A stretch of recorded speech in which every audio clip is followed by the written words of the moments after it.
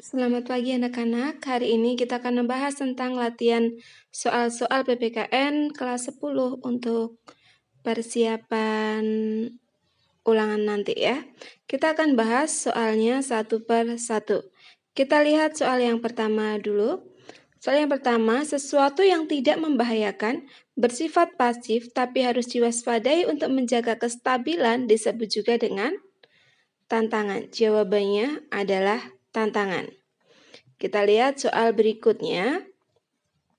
Cara pandang dan sikap bangsa Indonesia mengenai diri dan bentuk geografis berdasarkan Pancasila dan Undang-Undang merupakan pengertian dari wawasan Nusantara. Jawabannya adalah wawasan Nusantara. Soal berikutnya, usaha dan proses mempersatukan perbedaan yang ada dalam suatu negara supaya tercipta keserasian dan keselarasan secara nasional disebut juga dengan integrasi nasional. Jawabannya adalah integrasi nasional.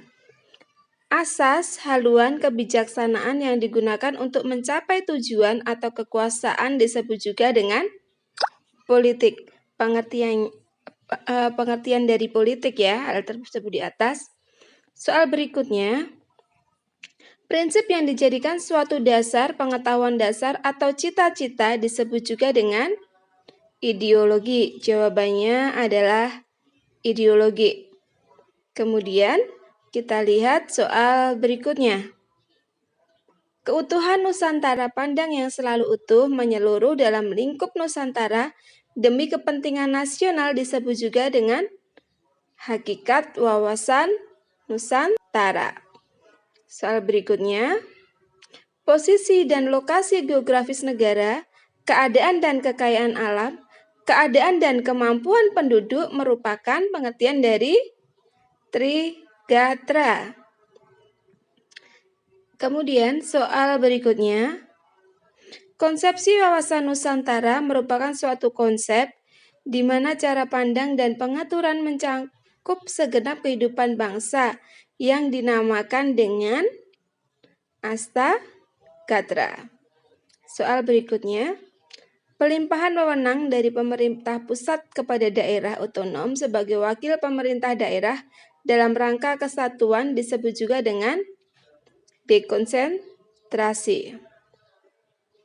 Soal berikutnya, dalam menghadapi permasalahan yang amat mendesak, pemerintah daerah tidak perlu menunggu instruksi dari pusat. Hal ini merupakan suatu kelebihan dari desentralisasi. Soal berikutnya, penyatuan berbagai kelompok budaya dan sosial dalam kesatuan wilayah nasional yang membentuk suatu identitas nasional disebut juga dengan integrasi nasional. Oke, soal berikutnya. Ancaman yang menggunakan kekuatan bersenjata yang terorganisasi dan mempunyai kemampuan membahayakan kedaulatan negara merupakan bentuk dari ancaman militer. Soal berikutnya. Penyelidikan secara rahasia terhadap data kemiliteran, data ekonomi, serta data politik negara lain disebut juga dengan spionase. Jawabannya adalah spionase, memata-matai.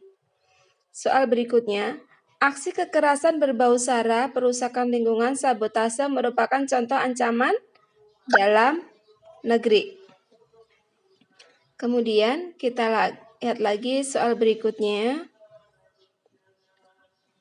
Sikap dan perilaku warga negara yang dijiwai oleh kecintaan terhadap negara dalam menjamin kelangsungan hidup bangsa dan negara disebut juga dengan bela negara.